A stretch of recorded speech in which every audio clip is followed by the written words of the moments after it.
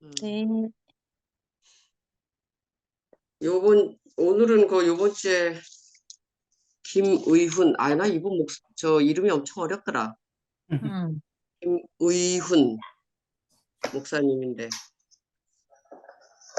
저기 모임 끝나고, 어, 모임 끝나고 이분하고 이제 한 2시 반까지 이 두 분하고 이 얘기를 했는데, 참 재밌으신 분이래. 되게 음. 화통하고, 이렇게 그냥 겉으로 보는 거하고 틀리더라고. 되게 재밌으셨어. 겉으로 보기도 근데, 재밌게 생겼던데요. 응? 겉으로 보기도 재밌을 것 같은데. 나는 되게 좀 순하신 분으로 좀 부끄럼도 많이 타고 이런 줄 알았어. 근데 재밌더라고. 근데 이분이 우리 김천 목사님하고 신학교 동기래네. 김 목사님 그 설교실에 그거 가끔 몇 번 얘기하셨는데 그 기숙사에서 어떤 사람이 그랬다고. 그거. 바로 그 주인공이 이번 주에 나타나셨어. 어, 기숙사에서 2년 동안 같이 밥 먹고, 그지? 같이 자고 그랬다더라고. 그 영국에서 교회사를 전공했다는데, 그리고 계명문화대학교 교목으로 20년 근무하고 올 8월에 은퇴를 하셨대. 근데 자녀가 5명이래요. 아주 애국자시더라고. 지금 뭐 하시냐 그랬더니 그냥 김천에서 그냥 사신대. 아무것도 안 하시고. 그리고 그 사모가 이제 아주 현실이하고 얼굴이 똑같더라. 미영이 현실이 알지? 모르나? 딱 보면 현실이네 이렇게 얘기할 정도로 너무 닮았더라고. 현실이하고 현주자매 막내 동생이라는데 또 최종윤 목사님하고도 사촌간이래. 그래서 참 친근감이 있더라고. 근데 두 분이 하여튼 그 기독교 교회가 너무 싫어가지고 도망을 간 게 이제 영국으로 도망갔는데 거기서 만난 거야. 참 희한한 인연이다, 그지? 그 얘기를 쭉 듣는데 참 재밌더라고. 그분이 이제 우리 교회 모습을 보고 느낀 게 이 함께 가는 교회 이게 이름이 뭐 크게 세련되지도 않았는데 되게 신선하고 뭐랄까 그 맑게 느껴졌대. 근데 사람들도 그렇다면서 되게 친근감 있게 느껴진다면서 그런 얘기를 하더라고. 그래서 좀 허심탄회하게 그날 얘기를 많이 해봤네. 근데 그분이 열왕기상 19장 9절에서 18절을 말씀을 했는데 엘리야 얘기를 하시더라고. 남은 자들 하면서 이제 남은 자가 아니라 남은 자들 복수로 이렇게 얘기를 하시는데 내가 이 덕분에 엘리야를 좀 이번에 공부를 하게 됐어요. 엘리야를 좀 알아야 되겠다 싶어서 했더니 와 신기한 게 엘리야나 모세나 다윗이나 욥이나 똑같아. 그 거치는 과정들이 너무 똑같더라고. 난 엘리야가 그냥 선지자라서 선지자들이 무슨 과정을 거치나 했는데 아니 엘리야도 이제 엄청 과정을 겪는 그런 이야기더라고.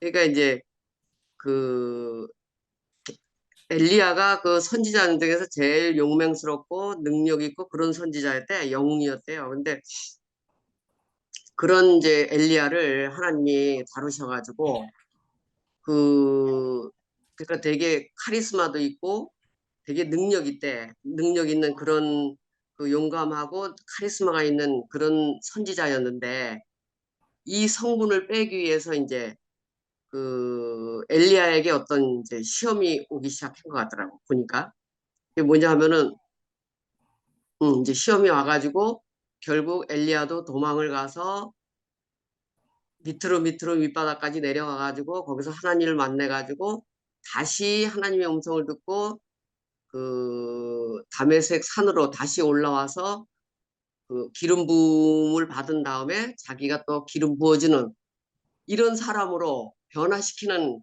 그런 이야기더라고요. 그래서 들어보니까 참 재밌더라고요. 보니까 이제 이 엘리야라는 뜻이 여호와는 나의 하나님이라는 뜻이래요. 그 정도로 엘리야는 하나님하고 뗄래야 뗄 수 없는 이런 관계였어요. 그래서 하나님 내 말씀이라면 무조건 복종하는 사람. 노가 없고 아니오가 없고 예만 있는 사람이었어요. 그랬던 이제 엘리야가 어떤 일이 벌어졌냐면은 그 아합이라는 왕이 북이스라엘 왕이었는데 이게 이제 뭐 남왕국 북왕국으로 이제 갈라지면서 그 이스라엘이 이제 이렇게 쪼개졌잖아요. 근데 거기서 이제 아합 왕이 결혼을 했는데 누구랑 했냐면 이세벨하고 했어. 근데 이세벨이 들어오면서 그 아합 왕은 이제 하나님을 섬기는 여호와를 섬기는 그런 백성인데 이세벨은 바알신을 섬기는 여자인 거예요. 그래서 시집을 오면서 그 바알신을 가지고 들어왔어. 그러면서 이스라엘에게 이제 이 바알신을 그 전염시키는 그래서 이스라엘 백성들을 혼란에 빠뜨리는 이런 시간이 왔어요. 그때 이제 엘리야가 그 바알신을 섬기는 그 이세벨이 데리고 온 바알신을 섬기는 그 예언자들을 싹 죽여버린 거야. 엘리야가 다 죽여버렸어요.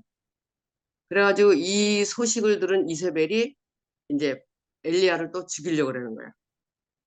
그러니까 그 용감했던 그 엘리야가 자기 힘이 있고 능력이 있으니까 사람들을 많이 죽인 거예요.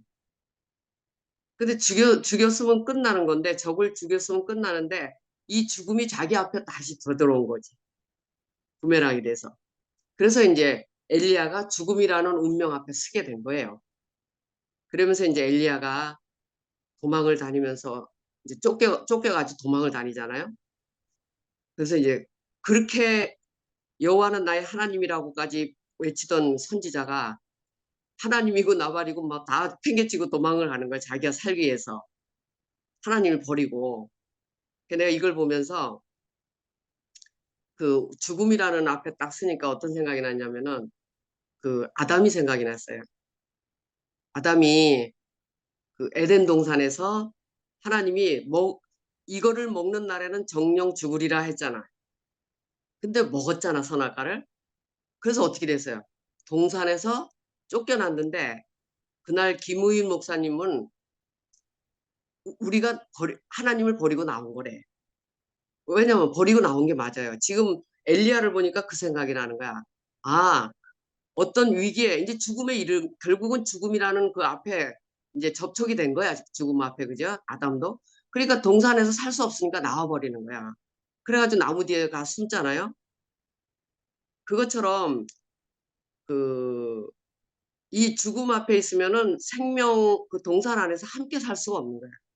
생명과 하고 선악과 함께 살 수가 없어요.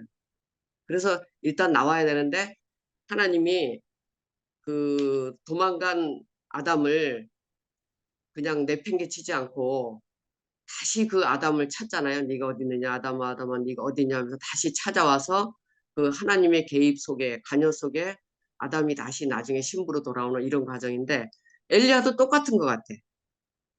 이 죽음 앞에서 이제 자기가 죽음 그 이세벨에게 죽을 운명이 이제 돼버리니까 결국은 도망을 가가지고 어디로 도망을 가냐면 이제 호렙산이라는 그 신의 산. 그러니까 모세가 그 신의 산에 올라가가지고 그 뭐죠? 그거 뭐야 그 율법 그거 십계명 그거를 받아온 그 신의 산인데 여기는 광야에서도 저 밑에래 밑에. 그러니까 이제 엘리야가 밑으로 밑으로 도망가는 거야. 난 이걸 보면서 아 밑바닥으로 밑바닥으로 내려가는. 그러니까 엘리야도 혼자가 되고 이제 막 그 영웅이었던 선지자가 고독한 선지자가 돼버린 거야. 자기 홀로 이제 도망을 쳐야 되는 거라. 그래서 고통하고 좌절하고 내가 이런 사람이 아닌데 내가 왜 이렇게 됐지? 이제 뭐 이렇게 혼자 좌절하면서 밑으로 밑으로 내려가면서 이제 호렙산 동굴에까지 내려가 가지고는 동굴에 숨어 있는데 하나님이 엘리야야 네가 왜 거기 있느냐 이 소리를 듣고 이제 동굴 밖에 나와 가지고 하나님의 음성을 듣는 거예요. 그러니까 우리가 그 밑바닥을 경험할 때 가장 내가 힘들고 깜깜할 때 하나님의 음성이 들리는 것 같아요. 이 말씀에도 뭐 폭풍우가 치고 지진이 일어나고 뭐 불이 일어나고 그래. 그럴 때는 하나님이 안 계신데. 근데 나는 안 계시는 게 아니라 있기는 있는데 우리가 보면은요, 막 어떤 큰 시련이 올 때는 하나님이 음성이 안 들려. 왜냐면 내가 못 듣고 있는 거라. 있잖아요. 내가 엄청난 큰 환난 가운데 있을 때 어떤 형제들이 와서 나한테 무슨 말을 해도 안 들려. 응. 그런 일이 있더라니까요. 그러니까 대응을 하질 못하는 거지. 아무리 얘기를 해도 엘리야가 대응을 할 수 없는 거야. 하나님 그 음성에. 그러니까 하나님 못 들은 척 하는 거라. 그런데 이제 그렇잖아요. 왜 태풍이 일어날 때 물속에 물고기를 못 보잖아. 그죠? 근데 태풍이 싹 지나가고 바다가 차차해질 때 밑에 물고기가 보이듯이 우리도 이제 그 큰 환란이 지나고 나면은 우리의 정체성이 이제 딱 드러나는 거야. 아, 내가 이런 자리에 있었구나. 그러면서 이제 자기 위치가 발견되는 거죠. 그래서 이제 엘리야가 도망을 다니면서 자기가 이제 아무것도 할 수 없다는 것을 처음에는 그랬대요. 막 하나님 부르니까 욥하고 똑같더라고. 내가 당신한테 잘못한 게 뭐 있습니까? 당신이 하라는 대로 다 했습니다. 난 당신만을 섬기며 당신만이 따르며 오로지 당신을 위해서 살았습니다. 이거 욥이 고백한 거하고도 똑같잖아? 근데 엘리야도 그렇게 고백을 했대요. 그런데 결과가 왜 이렇습니까? 이스라엘은 나를 죽이려고 하고 저는 이렇게 혼자 도망을 쳐야 되는데 왜 이런 결과가 나왔습니까? 저를 죽여주십시오. 막 이랬대요. 엘리야가. 차라리 저를 죽여주십시오. 이렇게. 그러니까 욥이 그 마지막 그 벼랑 끝에서 하는 말하고 똑같은 고백을 하고 있더라고. 엘리야도 그런 고백을 하대요. 그러면서 이제 그 살처럼이 떨어져 나가는 그런 아픔을 이제 경험을 하는 것 같아. 그래, 이 남은 자들을 얘기하는데 나는 남은 자들 7천 명을 얘기하시는데 이번에 조금 개념이 바뀌었어요. 이분 말씀을 들으면서 그 남은 자 7천 명은 뭐냐면은 정말 기름틀에 들어가지고 짜여져 가지고 기름이 된 형제들. 응? 그 김우훈 목사님 표현에 의하면은 살점이 떼어나가는 아픔들을 거친 그런 사람들이 모인 사람들이 다 남은 자들이더라고요. 그러니까 이걸 보면서 제가 생각이 난 게 아간이 생각이 나더라고. 아간. 그 여호수아를 따라가던 아간. 아이성에서 완전히 패배한 그 아간이 생각이 나는데 아간이 왜 완전히 그 살점을 다 떼어내는 그런 고통을 당했는데 그게 뭐냐면은 그 전쟁에서 하나님에게 구별되는 그 전리품인데 그 전리품을 자기 걸로 취해버린 거예요. 그래가지고 그 아이성 싸움에서 그 여호수아가 완전히 진 거예요. 그 작은 성에서. 그래가지고 결국은 그 백성들한테 돌 판매기에 맞아가지고 죽었는데 그 가족마저 싹 씨를 말렸어요. 가족까지 싹 죽여가지고는 그 돌무덤으로 묻어버렸어요. 그런데 하나님이 거기서 끝난 게 아니고 그 그게 그죠? 아골골짜기 해골 때가 그 얘기거든요. 아간의 가족들이 거기 묻힌 얘기인데 이게 우리 얘기더라고 보니까. 음, 우리가 다시 시작하려면은 완전히 그 뼈대만 남은 요셉도 마지막에 그 애굽을 탈출할 때 뼈만 가져 나오잖아요. 그러니까 살처럼이라고는 살아날 수 있는 그 생명체는 일도 없는 완전히 뼈에 코팅을 한 것처럼 뼈만 남은 거기에다가 다시 하나님이 호흡을 불어넣고 새 사람을 창조하더라고. 거기에서 다시 재창조된 사람들이 7천 명인 거예요. 이게 숫자가 아니고. 제가 오늘 그렇게 알아지더라고. 이렇게 엘리야 얘기를 들으면서 알아지는 게. 그러니까 완전히 세상을 이긴 자들. 그죠? 그래가지고 그 7천 명을 뭐라 그랬냐면은 바알신에게 한 번도 절하지 않은 사람. 그리고 바알에게 한 번도 입 맞춘 적이 없는 사람. 여기서는 그렇게 얘기를 하더라고요. 그러니까 바알과는 전혀 상관이 없는 그런 사람. 우리가요, 죽음을 통과하지 않은 사람은 늘 그 환경에 접촉을 하게 돼요. 그럼 거기에 반응을 하게 돼. 그런데 이 죽음을 뚫고 나온 사람들은 맨 똑같은 환경인데 그 환경이 나를 지배하지를 않아요. 그러니까 방주가 되는 거죠. 물에 뜨는. 그 큰 바다 위에 방주가 뜬다는 건 이건 비밀이잖아요. 그것처럼 정말 그 거듭난 사람들은 세상을 이기고 나온 거잖아요. 그래서 나는 이 7천 명이라는 이거는 그 아담에서부터 그러니까 저기 누구야 아브라함부터 예수에 이르기까지의 지금 남아있는 자들이 다 7천인 거예요. 지금 가까이는 이제 우리 형제들이고, 음. 그래서 이제 엘리야를 이렇게 듣는데 참 너무 재미있게 들었는데 결국은 제가 이제 쭉 들으면서 알아진 게 뭐냐면은 엘리야는 자기 혼자 모든 것을 다 하려고 했던 사람인데 아 나 혼자서는 아무것도 할 수 없다는 것을 알게 된 것 같아요. 음. 그래서 남은 자가 있다.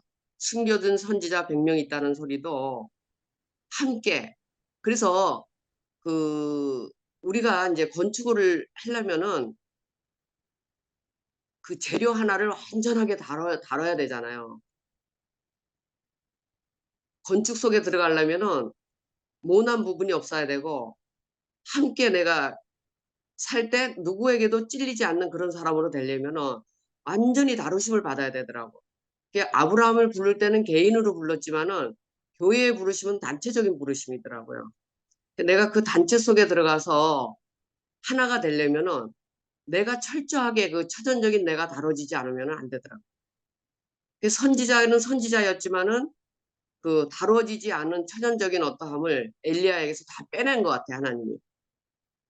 그래서 죽음 앞에 서보기도 한 것 같고 도망을 가서 하나님을 다시 만나서 다시 호렙산에서 그 다메섹 산으로 다시 올라가라. 네가 있을 곳이 여기가 아니고 너는 다시 올라가서 하나님을 전하는 사역자가 되라 이래잖아요. 그래 보니까 엘리야가 결국은 이제 그 다시 하나님의 말씀을 듣고 그 사람들에게 기름 부음을 주는 사람이 된 거예요. 뭐 세 사람을 이야기했는데 그 세 사람에게 기름 부음을 주더라고요. 하나님이 그렇게 명령을 해서. 그래서 기름 부으는 자가 됐더라고요. 우리도 세상을 이기고 나오면은 세상에 나가서 그 사람들에게 기름 부으는 사람이 돼야 되더라고요. 그러기 위해서는 내가 철저히 다루심을 받아야 되겠더라고요. 이 다루심이 없이는 우리가 통치를 할 수가 없어요. 다윗도 왜 광야를 그렇게 도망 다니면서 그 40, 광야에 40년이라, 40일이라든가 하여튼 다윗도 그 40이라는 고난의 숫자를 넘겼거든요. 그러면서 알게 된 게 그 들짐승들 울부짖음 속에서 그 세미한 하나님의 음성을 듣는 다윗이 된 거죠. 그러니까 다윗이 이스라엘을 통치하려면은 결국은 백성들을 통치하게 되면은 백성들의 오만 소리를 다 들어야 되거든요. 그거를 다스릴 수 있으려면은 자기가 그런 과정을 거쳐왔어야 돼요. 저도 지금 보면은 내가 많은 사람들을 접촉한 만큼만 제가 이제 그 사람들을 내가 통치할 수 있더라고요. 뭐 통치라니까 좀 거창한 것 같은데 함께 살 수가 있더라고요.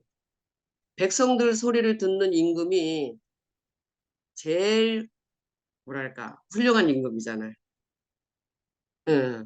왕이 백성들의 음성을 듣는다 하면은 그 왕은 칭송받는 왕이 되더라고요.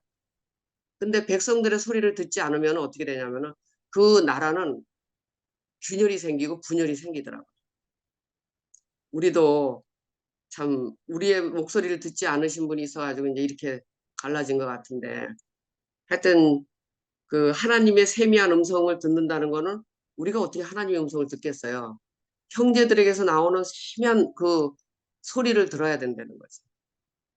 그러기 위해서는 내가 하나님 앞에 서서 그 소리를 듣는 말을 많이 하는 것보다 듣는 거를 많이 하는 사람. 이것도 어떤 과정이 지나가더라고요. 지금 엘리야도 외치는 사람이었거든요. 근데 외치는 사람 앞에는 사람이 별로 없어요. 그리고 강했잖아. 엘리야가 강한 사람이었어.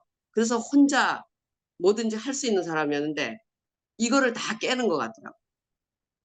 그래서 외롭게도 해보고 고독하게도 만들어보고 아주 철저하게 버림받아보고 부서지고 깨지고 이러는 경험을 엘리야가 하는 것 같더라고요. 그래서 결국은 함께 할 수 있는 사람으로, 응, 내가 혼자가 아니라 남은 자들과 함께 몸을 이뤄간다는 그거를 이렇게 암시하는 말씀 같더라고요. 내가 오늘 보니까. 그래서 나는 우리 성진이 오빠가 자주 하는 말, 나는 한 점에 불과하다. 이것처럼 정말 바닷가의 해변이 되기 위해서는 하나의 모래알들이 모여서 해변이 된 것처럼 엘리야라는 한 모래알이 남은 자들과 함께 어울려서 7천과 어울려서 교회를 이루는 그런 장면이었더라고요. 그러니까 우리는 나는 내 역할만 하면 되는 것 같아. 그리고 나머지는 또 다른 사람이 해야 되는 거라. 그래서 교회가 필요한 거고. 그런데 그 사람들이 모인 그 거처가 어떻게 해야 되냐면은 조각목에 금이 입혀진 사람들이야만 되는 거예요. 가시가 돋은 조각목에는 금이 안 입혀지거든요. 근데 그 가시를 다 잘라내고 조각목을 겨울에 그 페치카에다가 불을 때 보니까요. 거품이 막 보글보글보글 일어나면서 그 불꽃이 밖으로 튕겨가지고 내 옷을 태우는 걸 경험을 했는데 아카시아 나무가 이래요. 건드리면은 누가 건드리면 지랄 발광을 해요. 이세벨도 엘리야가 건드리니까 죽이려고 지랄 발광을 하고 쫓아다니잖아요. 그랬듯이 이런 조각목을 다 처리해가지고 결국은 금을 입히는 하나님이 끝까지 개입을 했어요. 엘리야에게 나를 죽여달라고 차라리 막 이렇게 원망하는 그 엘리야에게 또 욥도 막 차라리 죽여달라고 자기 낳은 태까지 막 저주를 하는 욥에게 하나님은 끝까지 관여하셔가지고 결국은 어떻게 됐어요? 승리하셨잖아. 음. 엘리야도 많이 도와줬더라고요. 다 죽어갈 때 빵도 갖다 주고 물병도 올려놓고 까마귀를 시켜서 양식도 날려주고 막 그렇게 많은 그 은혜를 받았음에도 불구하고 자기가 죽음 앞에 딱 오니까 그런 하나님을 원망하더라고요. 당신이 나한테 잘해준 게 뭐있냐 이렇게 나오더라고. 우리 자식들 키워봐도 그랬잖아. 잘 키워놔줘 했더니만은 나중에 막 엄마가 나한테 해준 게 뭐 있어요 뭐 이제 잘못해 막 열을 잘했다가도 하나 잘못하면 엄마가 나한테 해준 게 뭐 있는데 우리 딸이 그랬거든. 딱 그런 것 같아. 그러니까 그동안 은혜 입은 거는 다 어디로 가고 지금 한 가지 잘못해준 걸로 그냥 다 싸잡아서 엘리야가 딱 이런 사람이었어요 지금 보니까. 근데 참 그 호랑이 같이 사자처럼 능력 있고 힘이 세고 그 이스라엘에 들어온 그 바알 신을 자기가 다 물리쳐서 이길 줄 알고 그 예언자들을 다 죽였는데 결국은 자기가 죽을 수밖에 없는 운명에 처한 자기를 보면서 도망갈 수밖에 없는 정말 아무것도 아닌 비참하고 처절하고 이렇게 도망 다니면서 엘리야는 자기 정체성을 아는 것 같아요. 아, 나는 피조물이구나. 나는 아무것도 할 수 없는 사람이었구나. 당신의 은혜가 없으면 나는 살 수 없는 사람이구나. 이렇게 알아진 것 같아요. 그러니까 하나님이 네가 어디 있느냐 했을 때 그 음성이 들린 거죠. 우린 그런 자리에 가 있지 않으면은 진짜 낭떠러지기 벼랑 끝에 가지 않으면은 하나님을 안 찾는 것 같아. 결정적인 순간에. 응. 우리 요한복음에도 그랬잖아. 사람의 말은 그 듣지 않는다고. 사람의 말은 신뢰가 안 된다 그랬잖아. 그게 어디 가면 알 수 있냐면 결정적인 순간에 가면은요. 내가 살라 그래요. 그 일본의 그 엄마들 그 모성애를 실험한다고 일본에서 그 마루타 시험을 했다고 안 해요. 그 갓난아기하고 엄마를 방에다가 집어넣고 불을 뗀 거예요. 방바닥에다. 뜨겁게. 그 처음에는 엄마가 아기를 보호하려고 엄마 위에다가 아기를 올려가지고 아기를 보호하고 이랬는데 나중엔 너무 뜨거우니까 아기를 밟고 엄마가 올라서더래요. 그러니까 결정적인 순간에는 내가 살라고. 이게 우리 본성인 게 맞아요. 엘리야를 보니까 그렇더라고요. 그렇게 하나님만을 위해 살았는데 이건 하나님 외에는 없는 사람이었거든. 근데 자기가 딱 지금 죽음 앞에 딱 서니까 뭐 하나님이고 뭐고 다 버리고 떠나는 거예요. 하나님만 의지했던 사람이 하나님을 버리더라고. 우리가 하나님을 버렸지 하나님 우리 안 버리거든요. 부모가 자식 버리는 거 봤어요? 안 버려요. 그 결정적인 순간에 우리가 하나님을 버리는 이런 참 참남한 모습을 봤는데 그럼에도 불구하고 하나님은 찾아오셔가지고 엘리야를 위로하시고 다 죽어가니까 양식 갖다 주고 일어나라 이거 먹고 힘내서 걸어가라 또 누우니까 또 양식 갖다 주고 먹고 일어나서 힘내라 그래가지고 결국은 엘리야를 다시 일어나서 걷게 했잖아요.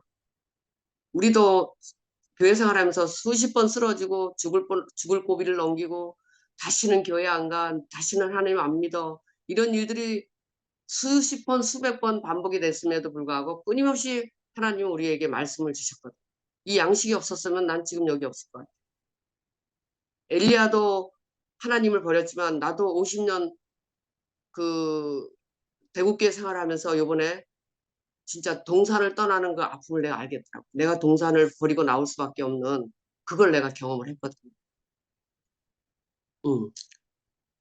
그러면서 엘리야가 하나님이 찾아왔을 때 막 변명을 하는 거예요.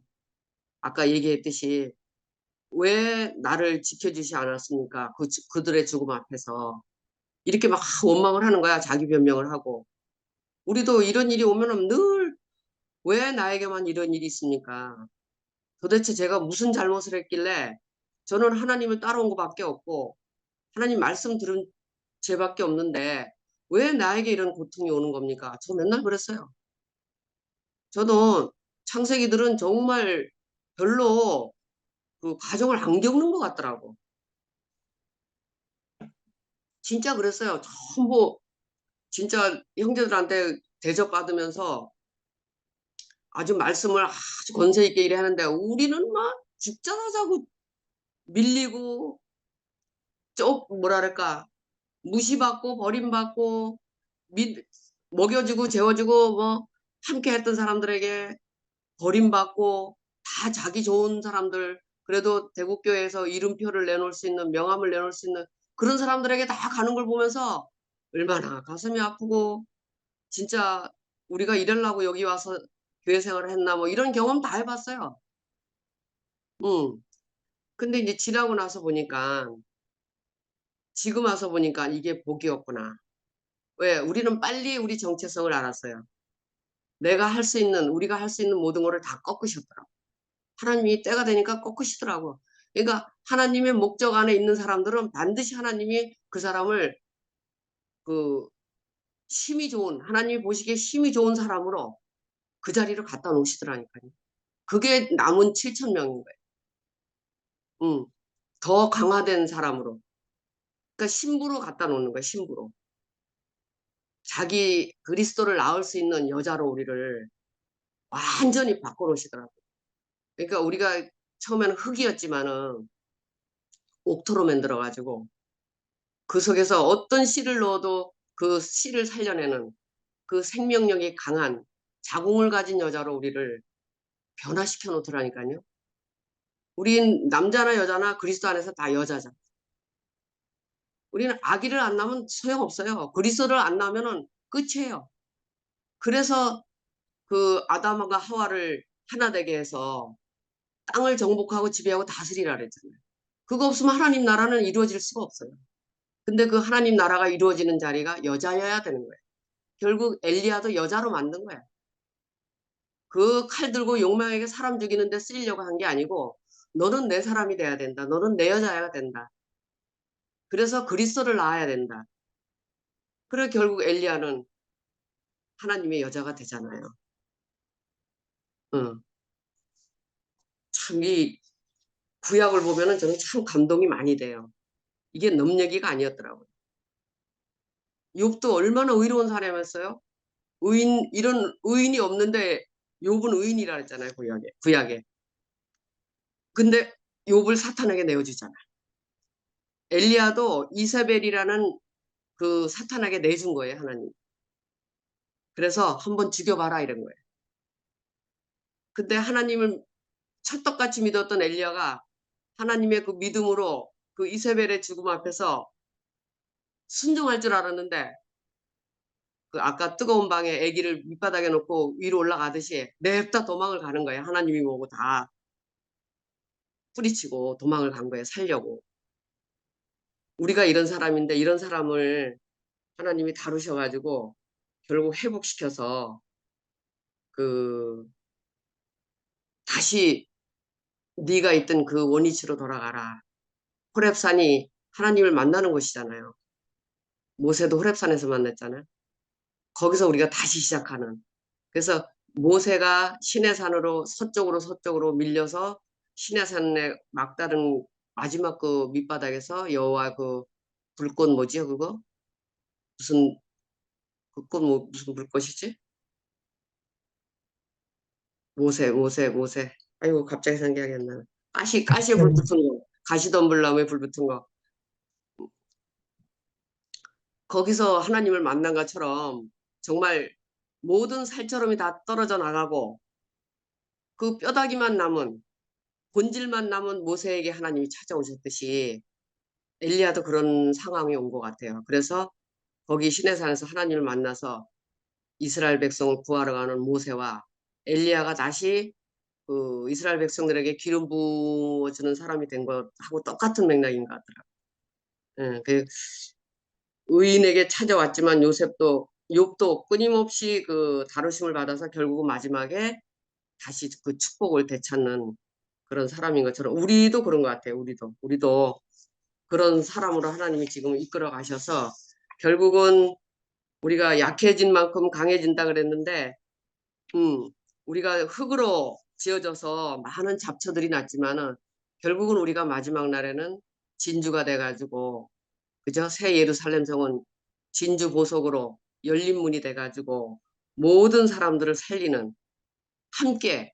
그러니까 이제 엘리야는 혼자 모든 걸 다 하려고 했는데 자기가 이런 과정을 겪으면서 알게 된 게 씨 뿌리는 자도 따로 있고 또 물 주는 자 따로 있고 그죠? 또 이렇게 갈아주는 자가 따로 있고 추수하는 자가 따로 있다는 걸 알게 된 거예요. 그러니까 지체들의 중요성을 알게 된 거죠. 그래서 함께 합력해서 하나님 나라를 이룬다는 것을 엘리야가 깨달은 것 같아요. 그래서 이제 새 예루살렘 성 안에서 우리가 함께 가는 교회. 우리 진짜 이거 함께 가는 교회 이거 하나님 계신 것 같아. 우연히 있는 게 아닌 거예요. 성경에도 다 함께해요, 함께. 엘리야도 너무 용맹스럽고 카리스마가 있었기 때문에 함께를 못했던 거예요. 누구하고 함께. 도망가다 보니까요. 그래 마지막 종까지도 나중에 버리고 혼자 가요. 다 버리고 자기 혼자 가더라고요. 그러니까 우리는 그 혼자 가는 길을 가봐야 될 것 같아. 고독도 씹어봐야 되고 외로움도 씹어보면서 아 나는 지체들이 없으면 못 살겠구나 이런 걸 다 경험해 봐야 되는 것 같아. 그래서 결국은 그 하나님의 거처로 내가 그 건축의 한 그 뭐랄까 한 재료로 내가 있는 거지 내가 다 하는 건 아니었구나 이렇게 알게 되는 것 같아요. 그래서 이 남은 자 7천 명이 결국 우리 지체들이 돼서 이렇게 함께 가는 교회에서 우리가 함께 가고 있다는 게 아 이게 너무 이게 은혜가 되더라고요. 엘리야를 내가 엄청 재밌게 들었는데 내가 말을 잘 이렇게 재밌게 못하고 있네 가만 보니까 하여튼 너무 재밌었어요. 근데 이게 우리 교회 나하고 우리 교회로 연결이 되니까 쉽더라고요. 음. 하여튼 이런 엘리야를 통해서 우리가 더 깊이 이 유기체적인 몸에 대해서 제가 더 깊이 알게 돼서 너무나 감사했습니다. 아,